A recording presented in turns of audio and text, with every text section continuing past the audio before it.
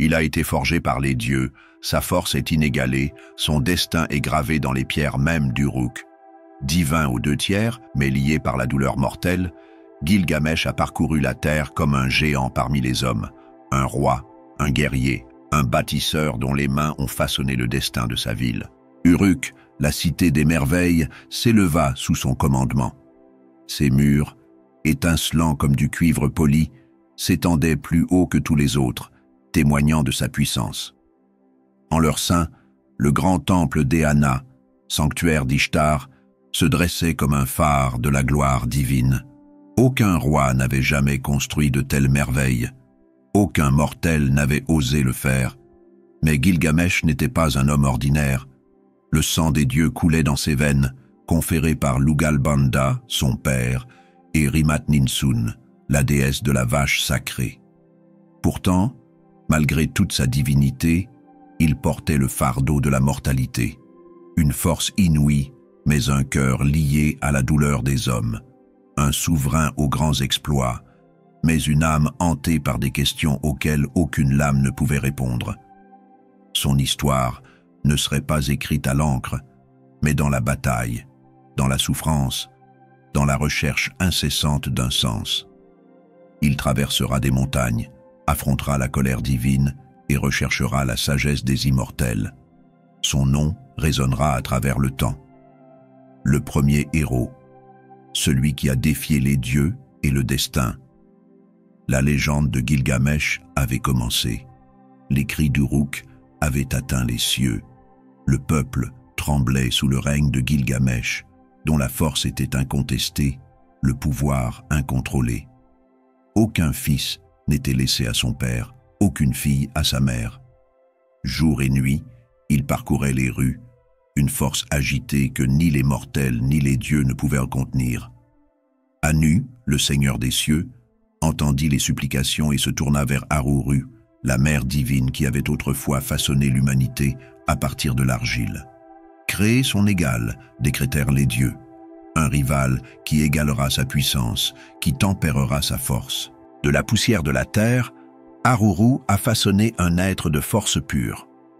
Elle le façonna large comme la steppe, sauvage comme la tempête, le corps indompté, épargné par la main de l'homme. Il était Enkidu, né non pas dans les salles des rois, mais au cœur du désert. Parmi les bêtes, il courait librement. Ses membres le portaient comme la gazelle. Sa faim était rassasiée par les herbes des plaines ouvertes. Les créatures sauvages buvaient à ses côtés, sans crainte, car il était l'un d'eux, ni homme ni bête, mais quelque chose entre les deux. Mais le destin ne laisse pas les créations des dieux errer sans forme. Un chasseur, dont les pièges étaient brisés et les filets déchirés, parla d'un homme sauvage qui avait libéré les animaux et défié les coutumes des hommes. Il craignait celui qui était né de la nature. Il se rendit donc à Uruk, à la recherche de la sagesse du temple. Là, Shamat, prêtresse d'Ishtar, fut choisie. « Va vers lui, lui dirent-ils. Laisse-le te contempler, qu'il goûte à la vie des hommes. » Elle trouva Enkidu à l'abreuvoir, le corps vigoureux, l'esprit intact. Lorsqu'elle lui fit signe, il s'approcha. Dans son étreinte, la sauvagerie en lui faiblit. Les bêtes se détournèrent de lui, ne voyant plus l'un des leurs. Les dieux l'avaient façonné pour qu'il devienne le rival de Gilgamesh. Mais le destin, toujours rusé, avait choisi une autre voie. Enkidu, autrefois sauvage et indompté, se tenait désormais aux portes d'Uruk, un homme comme les autres, même si son esprit gardait les échos de la nature sauvage. Il rencontra Gilgamesh non pas comme un allié, mais comme un rival. Le roi puissant et fier voyait en lui une menace pour son règne. Enkidu, féroce et libre, sentit le poids de l'arrogance de Gilgamesh, un roi qui régnait sans partage. Leur première rencontre est un choc des forces. Les rues d'Uruk tremblèrent au son de leur combat, une bataille de force, un concours de volonté. Gilgamesh, traversé par la puissance des dieux, jeta Enkidu dans la poussière. Mais Enkidu s'est relevé, intact, son cœur sauvage, indompté. Et pourtant, dans cet affrontement, quelque chose d'étrange a surgi entre eux. Un respect, une reconnaissance. Cette nuit-là, alors que Gilgamesh était couché dans son lit, des rêves lui vinrent, des visions de force et d'amitié, de batailles menées et gagnées. Dans l'obscurité, il vit un homme sauvage, farouche, indompté, mais lié à lui d'une manière qu'il ne pouvait expliquer. L'homme sauvage tomba à ses côtés dans la bataille, mais ensemble, ils vainquirent tout ce qui se dressait devant eux. Au matin, Gilgamesh s'en rendit compte. Il chercha Enkidu, non pas comme un ennemi, mais comme un compagnon. Et c'est ainsi que commença leur lien, forgé dans les feux de leur premier affrontement, tempéré dans les eaux fraîches de la compréhension. Ensemble, ils allaient affronter l'impossible. Ensemble, ils allaient défier les dieux eux-mêmes. Leurs aventures communes deviendront des légendes, combattre le grand Umbaba dans la forêt des cèdres, lutter côte à côte contre la colère des dieux. Chaque bataille, chaque épreuve les rapproche. Ils n'étaient plus des rivaux, mais des frères, unis par le destin, liés par la force de leur amitié. Au fil des luttes et des triomphes, Gilgamesh et Enkidu sont devenus l'étoffe de la légende. Deux forces, unies l'une à l'autre. L'air d'Uruk était chargé de chuchotements.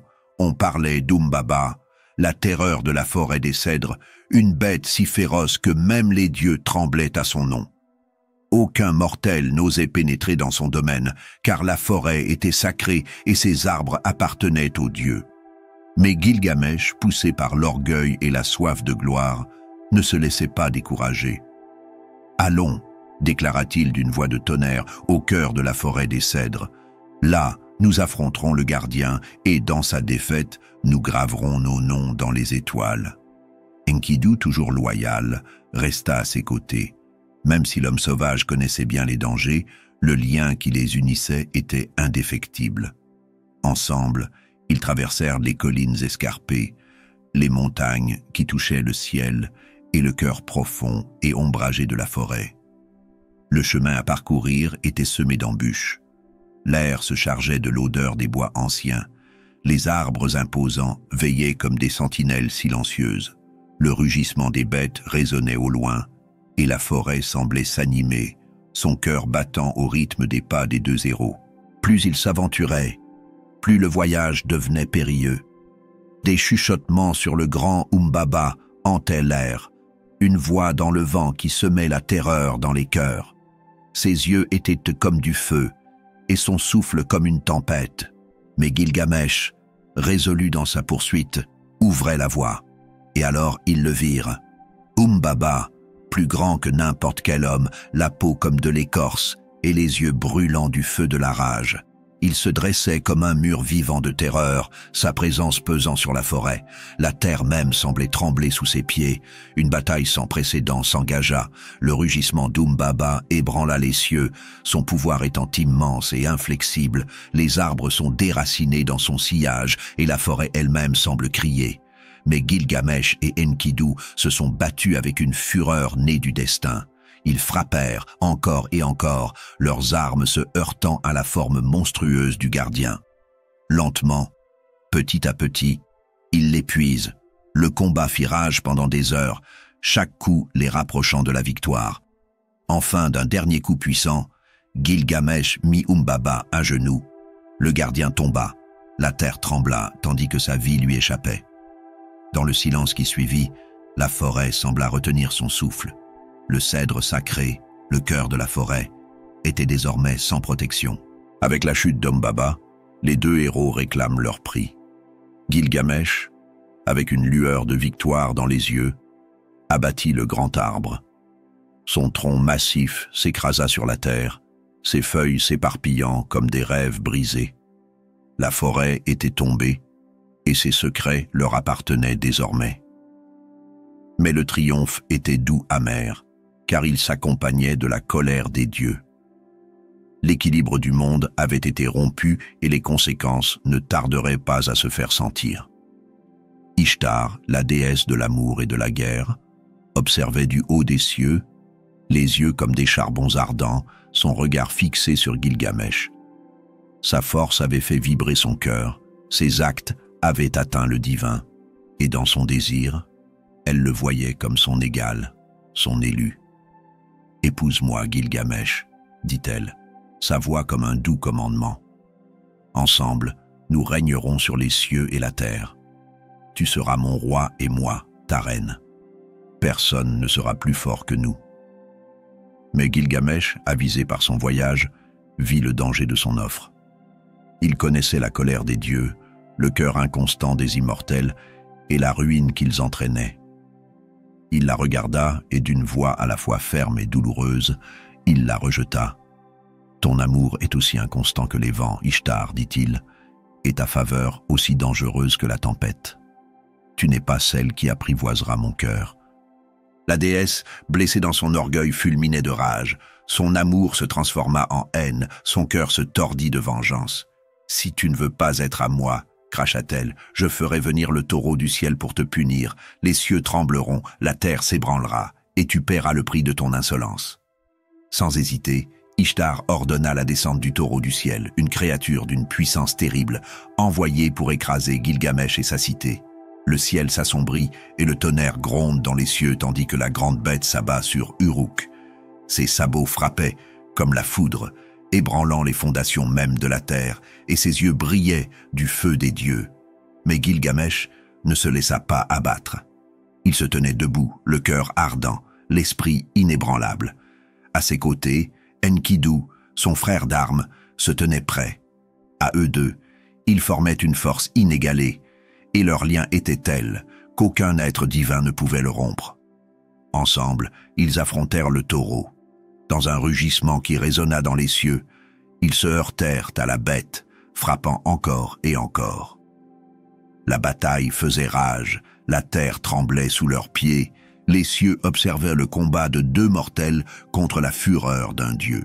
Enfin, d'un dernier coup puissant, Gilgamesh enfonça son arme dans le cœur du taureau et, guidé par la force d'Enkidu, ils mirent la bête à terre. Le taureau du ciel, autrefois terreur des dieux, gisait maintenant mort sur la terre, son sang se répandant dans les rues d'Uruk. Mais la victoire fut de courte durée. Les dieux, furieux de la mort de leur créature sacrée, retournèrent leur fureur contre Gilgamesh et Enkidu. La fureur d'Ishtar n'était qu'un début. La fureur d'Ishtar n'était qu'un début. La colère des dieux allait bientôt s'abattre sur les deux héros, et leur vie ne serait plus jamais la même. Les vents du destin tournèrent, et avec eux, l'air autour d'Uruk devint lourd. Enkidu, l'homme sauvage qui avait soutenu Gilgamesh au cours d'innombrables épreuves, commença à faiblir. Une maladie invisible et impitoyable s'empare de son corps. Sa force, autrefois inégalée, commença à faiblir, et le feu de ses yeux vacilla, s'estompant. Gilgamesh, toujours protecteur, assiste impuissant au dépérissement de son compagnon. Les dieux, dans leur colère, avaient infligé ce châtiment à Enkidu pour la mort du taureau du ciel. Ce n'était pas seulement la mort de la bête sacrée qui les avait mis en colère, mais aussi le fait que les mortels avaient défié l'ordre divin. Les dieux avaient jugé nécessaire de faire d'Enkidu un exemple, et c'est ainsi que la vie de l'homme sauvage lui fut lentement volée. Alors que la maladie d'Enkidu s'aggravait, il commença à faire des rêves étranges, des visions d'un lieu situé bien au-delà de la terre, un royaume sombre et froid, où les âmes des morts erraient dans une obscurité éternelle. Dans son état fiévreux, il parlait du monde souterrain, de ses portes gardées par des êtres féroces, de ses fleuves de douleur et de ses ombres sans fin. « Je vois l'endroit où nous devons tous aller », chuchote Enkidu à Gilgamesh, d'une voix faible, mais pleine d'effroi. « Un pays où le soleil ne brille pas, où même les puissants ne peuvent s'échapper. Les dieux habitent les cieux, mais nous, les hommes mortels, nous tombons dans l'abîme. Il n'y a pas d'échappatoire, Gilgamesh. Quelle que soit notre grandeur, nous devons tous y faire face à la fin. » Ces mots frappèrent Gilgamesh comme un marteau. La pensée que son cher ami, son frère, lui serait enlevé si tôt le remplissait d'un chagrin indescriptible. Mais ce n'est pas tout. Les paroles d'Enkidu réveillèrent quelque chose au plus profond de Gilgamesh, une peur qui était restée longtemps endormie. Si les dieux pouvaient si facilement lui arracher son plus grand allié, qu'adviendrait-il de lui lorsque son heure viendrait? Comment rencontrerait-il lui aussi la mort? Alors que le corps d'Enkidu se refroidit, le cœur du roi s'alourdit. Gilgamesh refuse d'accepter l'inévitable.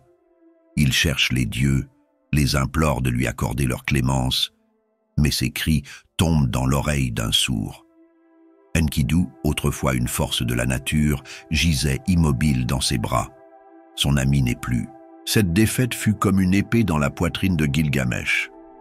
Il avait affronté des monstres, vaincu des dieux, mais rien ne l'avait préparé à cela.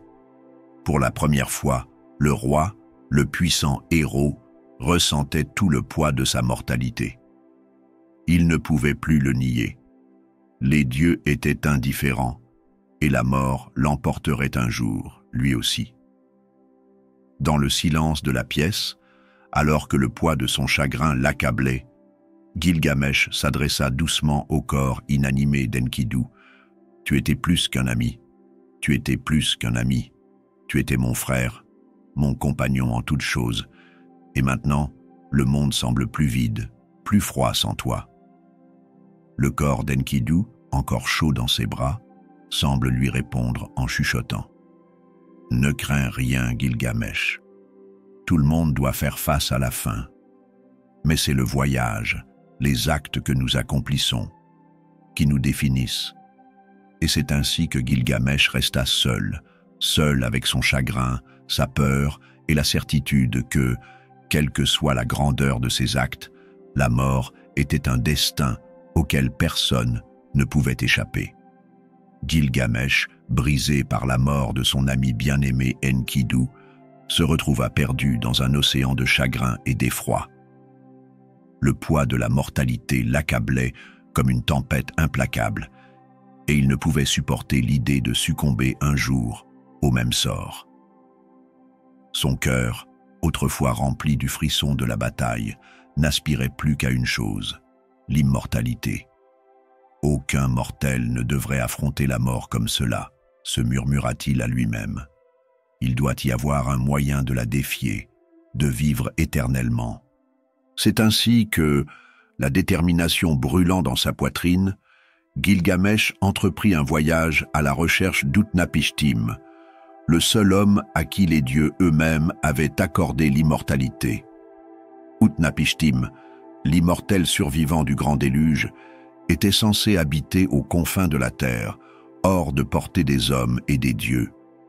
Le chemin de Gilgamesh est incertain, mais son désespoir de vaincre la mort le pousse à aller de l'avant. Le voyage fut long et périlleux, et chaque pas l'entraînait un peu plus loin dans l'inconnu. Il traversa des déserts qui semblaient s'étendre à l'infini, escalada des montagnes dont les sommets étaient enveloppés de nuages et traversa des forêts denses d'ombre et de mystère. Les épreuves étaient insurmontables, monstres, tempêtes et défis impossibles à relever à chaque tournant. Mais Gilgamesh continuait à avancer, sa force et sa volonté ne suffisant pas à surmonter les obstacles qui se dressaient sur son chemin. Chaque pas le rapprochait de la réponse qu'il cherchait désespérément. Les jours se transformèrent en semaines, les semaines en mois. Et pourtant, Gilgamesh ne faiblit pas. Son corps se fatiguait, son esprit était mis à l'épreuve, mais il ne se laissait pas décourager. Ce n'était pas seulement la peur de la mort qui le poussait, mais le poids de la mémoire d'Enkidu, le chagrin qui s'accrochait à son cœur comme un nuage sombre. Enfin, après avoir traversé d'innombrables épreuves, Gilgamesh arriva sur les rives lointaines des eaux de la mort, où résidait Utnapishtim.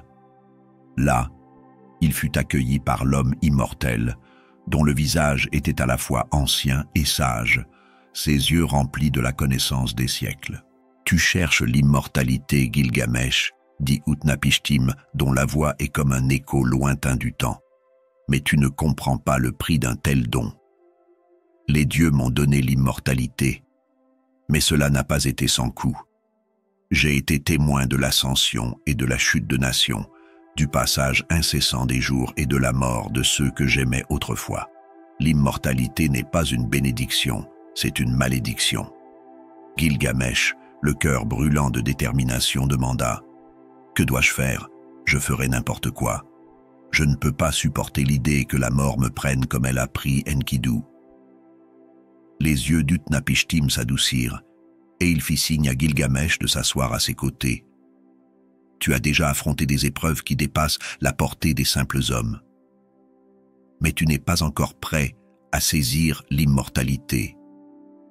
Je vais te raconter l'histoire du grand déluge, l'événement qui a changé le cours du monde. » Utnapishtim parla donc du déluge, de la colère des dieux et de la dévastation qui s'ensuivit.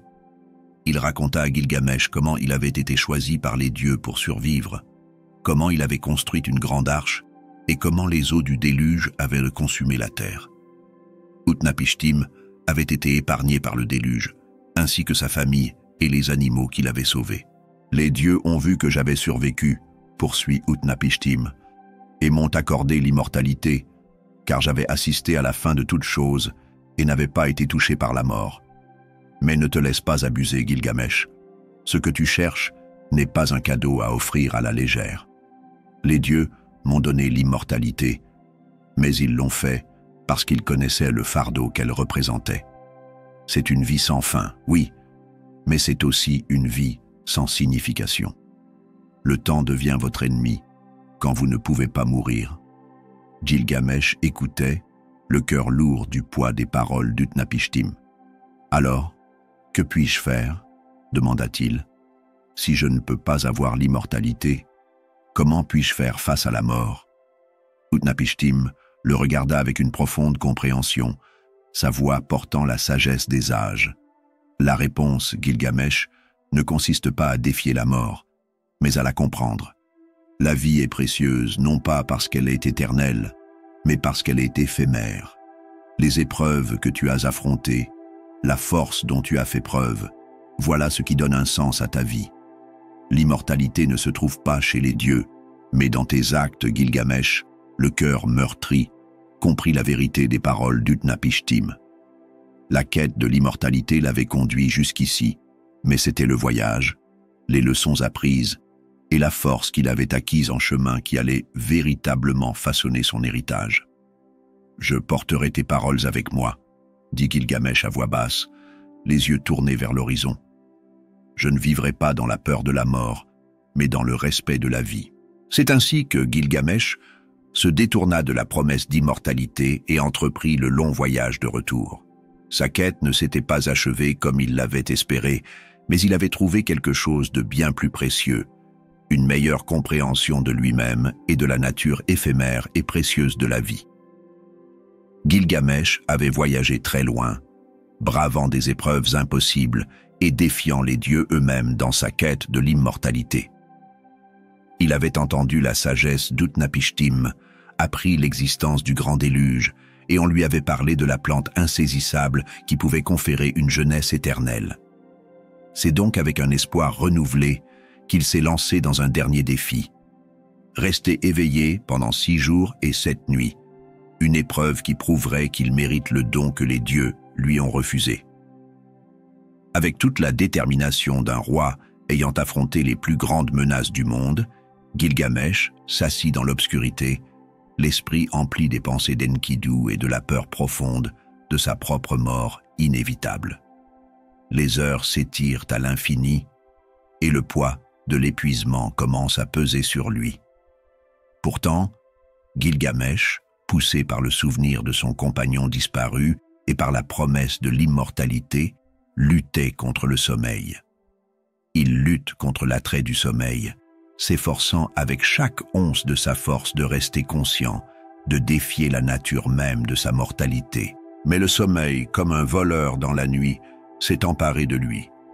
Ses paupières s'alourdissaient, ses pensées se dispersaient, et avant qu'il ne s'en rende compte, la première nuit était passée, puis la deuxième, la troisième. 6 jours et 6 nuits s'étiraient en un flou insupportable.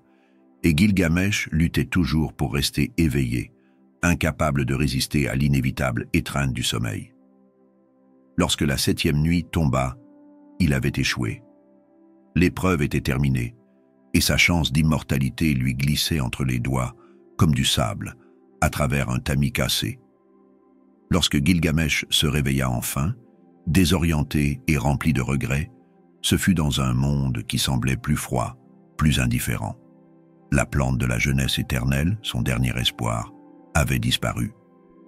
Un serpent, élancé et silencieux, s'était glissé dans le jardin où Gilgamesh avait placé la plante, et en un éclair, il avait pris le prix, ne laissant que le souvenir de ce qui aurait pu être.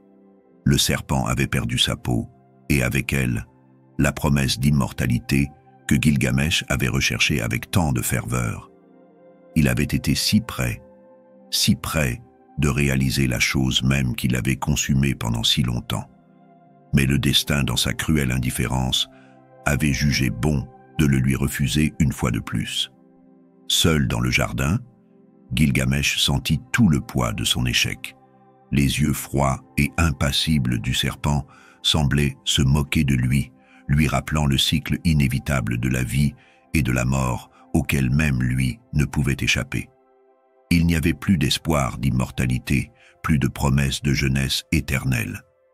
Il ne restait que la douloureuse vérité de la mortalité. Il contempla l'horizon, le vaste paysage immuable qui s'étendait devant lui. Pour la première fois, Gilgamesh comprit. Les épreuves, les monstres, la poursuite sans fin de la vie éternelle, tout cela avait été vain. Quelle que soit sa puissance, quelle que soit la distance parcourue, il était lié au même destin que tous les autres mortels. Il ne pouvait y échapper. Et pourtant, dans ce moment de désespoir, quelque chose a changé en lui. Un sentiment d'acceptation commença à prendre racine dans son cœur. Il ne pouvait pas changer le cours de la vie, ni défier la volonté des dieux. La quête de l'immortalité le lui avait appris. Mais ce qu'il pouvait faire, ce qu'il avait toujours fait, c'était vivre pleinement, vivre avec force et vivre avec un but. Gilgamesh tourna le dos à la plante de la jeunesse éternelle et aux rêves brisés qu'elle représentait. Il ne cherchait plus à échapper à la mort, mais à vivre une vie digne d'être commémorée. Il savait désormais que l'héritage qu'il laisserait ne consisterait pas à défier la mort, mais à vivre. Les actes qu'il avait accomplis, les liens qu'il avait tissés, le courage dont il avait fait preuve, voilà ce qui lui survivrait. Fort de cette nouvelle compréhension, Gilgamesh entreprit le long voyage de retour vers Uruk. Il retourna dans la ville qui avait été sous sa domination avec un cœur désormais plein de sagesse, tempéré par le chagrin et l'acceptation. Lorsqu'il franchit les portes de son royaume, les murs d'Uruk lui parurent plus hauts, plus majestueux, plus significatifs qu'ils ne l'avaient jamais été auparavant. Gilgamesh savait désormais que la véritable immortalité qu'il avait recherchée n'était pas une existence physique, mais l'héritage de ses actions. Son nom vivrait dans le cœur du peuple d'Uruk, dans les histoires qui seraient racontées pendant des générations. Il se rendit compte que cela suffisait. Alors qu'il contemplait la ville qu'il avait bâtie, son cœur se gonfla d'une paix tranquille. Il avait affronté les dieux, parcouru le monde et cherché des réponses aux plus grands mystères. Et bien qu'il n'ait pas réussi à atteindre l'immortalité, il avait gagné quelque chose de bien plus précieux, la compréhension que la vie, dans toute sa gloire éphémère, était suffisante. C'est ainsi que Gilgamesh, le puissant roi et héros, retourna à Uruk, non pas en tant que vainqueur de la mort, mais en tant que personne ayant accepté son inévitabilité et, ce faisant, ayant appris à vivre véritablement. En retournant à Uruk, la ville qui avait été autrefois en proie à son règne tyrannique, Gilgamesh emportait avec lui une nouvelle compréhension, une sagesse acquise au fil d'années d'épreuves, de chagrins et d'une quête incessante de l'impossible. Il n'était plus obsédé par l'idée de défier la mort, mais réalisait que la véritable immortalité ne consistait pas à échapper au destin inévitable qui attendait tous les mortels. Elle réside plutôt dans les actes que l'on laisse derrière soi, dans l'héritage que l'on crée et dans les histoires que l'on inspire. Gilgamesh avait cru que pour se souvenir à jamais, il devait atteindre la vie éternelle. Mais en contemplant les imposants murs d'Uruk, construits de ses propres mains et grâce au travail d'innombrables hommes, il a vu la vérité. Ces murs, qui avaient été à la fois le symbole de son pouvoir et le témoignage de sa vision, lui survivraient. Le peuple d'Uruk se souviendrait du roi qui les avait élevés, de l'homme qui avait affronté le divin et défié le destin, non pas parce qu'il avait vaincu la mort, mais parce qu'il avait façonné le monde grâce à sa force et à sa vision. Les murs d'Uruk, façonnés avec les pierres les plus fines et les mains de ceux qui avaient suivi les ordres de Gilgamesh, étaient plus que de simples structures de défense. Ils étaient un témoignage vivant de la grandeur de leur roi, un héritage qui perdurerait à travers les âges. Tant que ces murs resteraient debout, le nom de Gilgamesh résonnerait dans tout le pays. La ville d'Uruk elle-même deviendrait un monument à son règne, au voyage épique qu'il avait entrepris et à la force dont il avait fait preuve dans la victoire comme dans la défaite. C'est dans ces moments, debout devant les murs qui entouraient sa ville bien-aimée, que Gilgamesh comprit ce que signifiait la véritable immortalité. Sa force avait construit ces murs, son courage les avait façonnés et son cœur les avait remplis de sens. Il comprit que c'était là son cadeau au monde, laisser derrière lui quelque chose de plus grand que lui. Non pas la poursuite de la jeunesse éternelle, mais la création de quelque chose qui survivrait à sa vie éphémère, quelque chose qui inspirerait les générations à venir. Et dans cette prise de conscience, un sentiment de paix s'installa en lui. Il ne sentait plus le poids de la mort peser sur lui. Il avait vécu une vie pleine de grandeur, de défis relevés et surmontés. Et dans les récits de ses actes, dans les mythes qui seraient transmis à travers les âges, Gilgamesh continuerait à vivre. Son histoire, de bravoure, d'amitié, d'amour et de perte, résonnerait à travers le temps, façonnant les histoires des générations futures. L'histoire de Gilgamesh s'est inscrite dans la trame de l'humanité, tissée dans la tapisserie de la littérature et de la mythologie. Son nom est devenu synonyme d'héroïsme, de défi à l'impossible et de force durable de l'esprit humain. À travers les cultures et les siècles, son héritage inspirera les poètes, les philosophes et les rois, chacun cherchant à comprendre les leçons du voyage de Gilgamesh. Au cours des siècles suivants, le récit de Gilgamesh sera transmis, gravé sur des tablettes, écrit sur des parchemins et raconté autour de feux de camp. Il inspirera d'innombrables œuvres littéraires, des textes anciens aux romans modernes, et façonnera l'idée même du voyage du héros.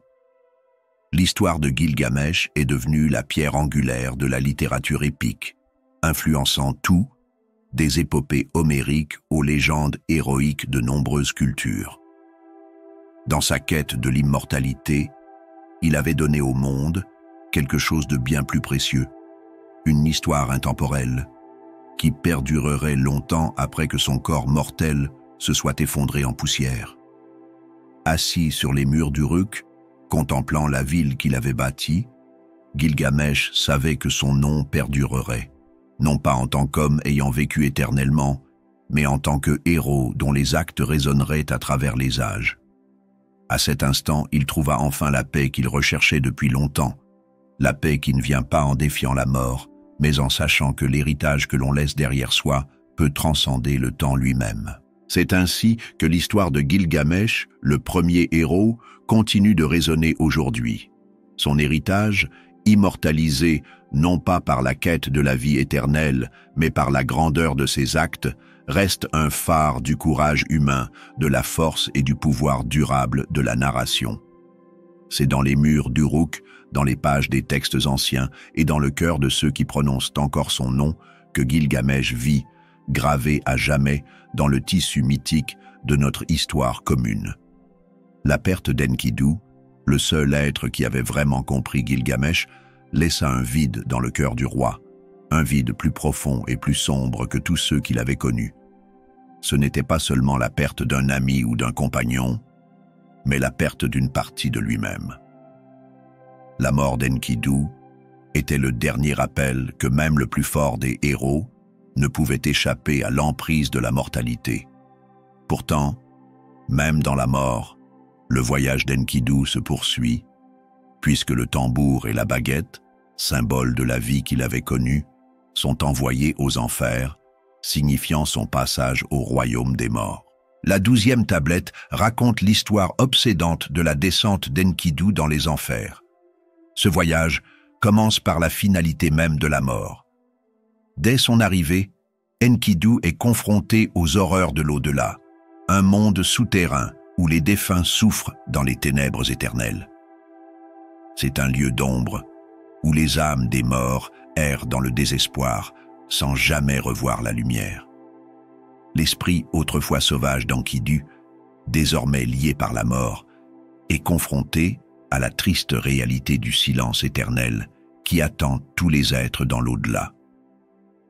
L'essence même de la vie a disparu, remplacée par la froideur de l'éternité.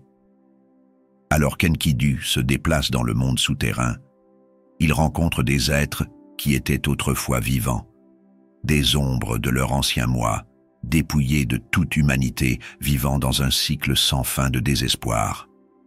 C'est un royaume qui lui enlève toute force, toute gloire et tout pouvoir. Même le puissant Enkidu, avec sa sauvagerie indomptée et sa force divine, se retrouve impuissant face à la finalité de la mort. Il n'est plus qu'une âme parmi d'autres, engloutie par les ténèbres et vouée au même destin que celui qui attend tous les mortels. À son arrivée dans l'autre monde, Enkidu a une vision terrifiante. Il voit son propre destin se refléter dans les visages de ceux qui l'ont précédé. Le tambour et la baguette, symboles de sa vie, lui sont retirés en guise d'offrande finale au royaume des morts. Ces instruments autrefois vibrants, qui avaient rythmé sa vie, sont désormais creux et silencieux face à l'emprise dévorante de la mort. Mais Enkidu n'est pas le seul à souffrir. Lorsque la nouvelle de sa mort parvient à Gilgamesh, son chagrin prend un sens nouveau et plus profond. L'homme qui avait autrefois recherché l'immortalité, qui avait défié les dieux et affronté d'impossibles obstacles, se retrouve maintenant impuissant face à la mort. Aucune force, aucun courage, aucun pouvoir ne peut défaire la loi irréversible de la nature. Les dieux ont donné à Gilgamesh de nombreuses leçons, mais aucune aussi brutale que celle-ci. Tout doit mourir, même les héros, même les rois, et il est impossible d'échapper à cette vérité. Le chagrin de Gilgamesh est palpable, et à cet instant, il est forcé d'affronter la chose même qu'il avait cherché à fuir, la réalité inéluctable de la mortalité. Le monde qui lui avait semblé si vaste, plein de possibilités et de triomphes, lui paraissait désormais petit et fragile. Ses larmes coulèrent comme une rivière, alors qu'il pleurait non seulement Enkidu, mais aussi la fragilité de toute vie. Le poids de son chagrin était plus que la perte d'un ami. C'était la perte de tout ce qu'il avait jamais connu. Ses rêves d'immortalité, l'espoir qu'il pouvait vaincre la mort, et la compréhension que même les plus grands d'entre nous sont condamnés à la même fin. Ainsi, face à la vérité indéniable que la mort est définitive, le voyage de Gilgamesh change une fois de plus. Il ne cherche plus à défier la mort ou à la conquérir. Au contraire, il commence à comprendre que la véritable mesure d'une vie ne consiste pas à échapper à la mort, mais à l'impact que l'on laisse derrière soi, à l'héritage que l'on crée et aux leçons que l'on apprend en cours de route.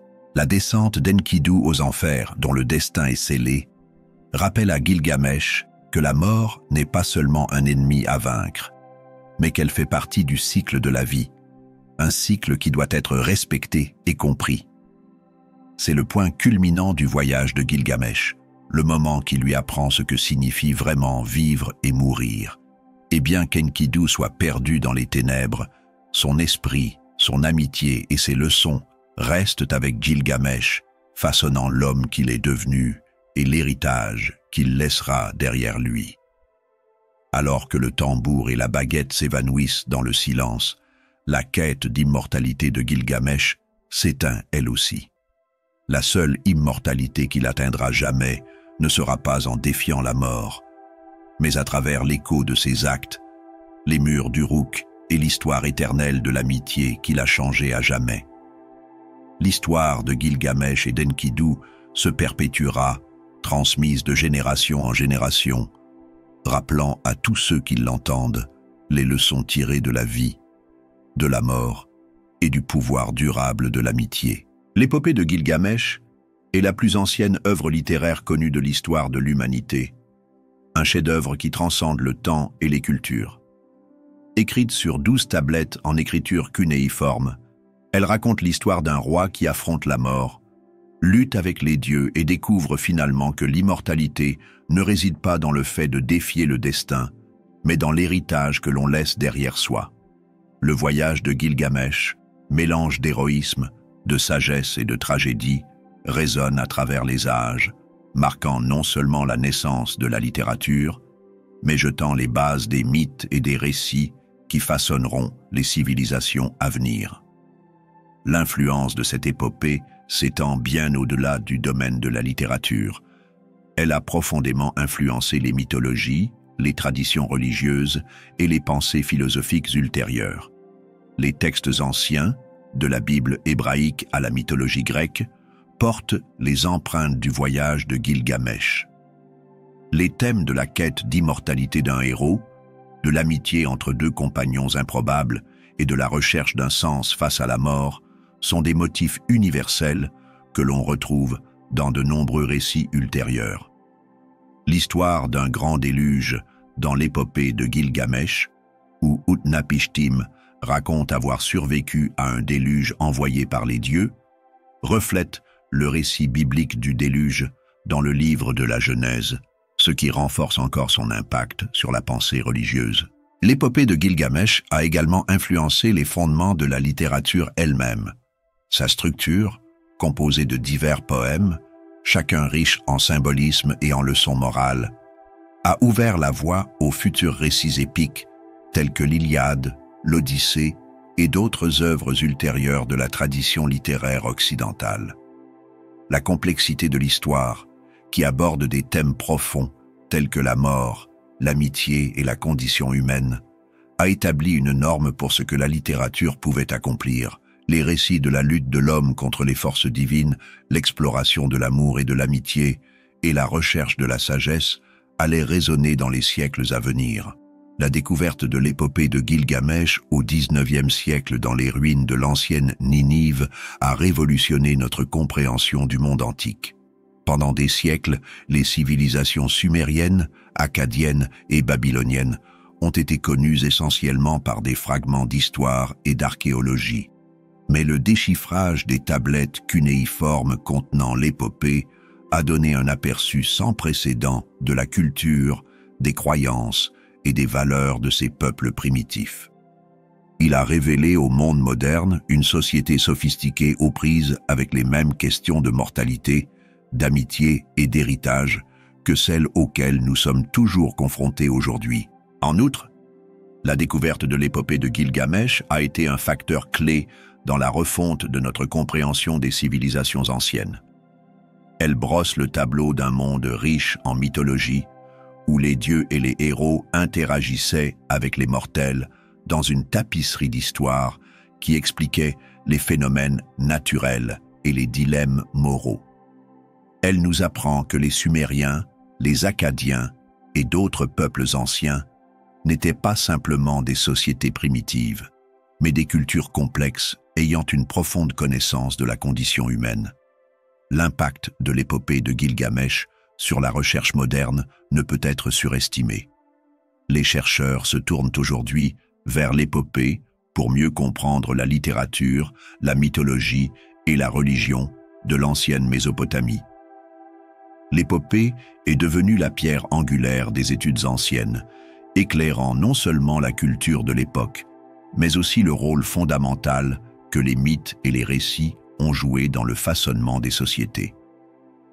L'épopée nous offre une fenêtre sur le passé, mais elle tend également un miroir à notre présent, nous obligeant à nous confronter aux thèmes intemporels de la vie et de la mort, de l'amitié et de la perte, du pouvoir et de l'humilité. En fin de compte, l'épopée de Gilgamesh n'est pas seulement l'œuvre littéraire la plus ancienne que nous ayons, c'est une clé pour comprendre l'évolution de la pensée humaine.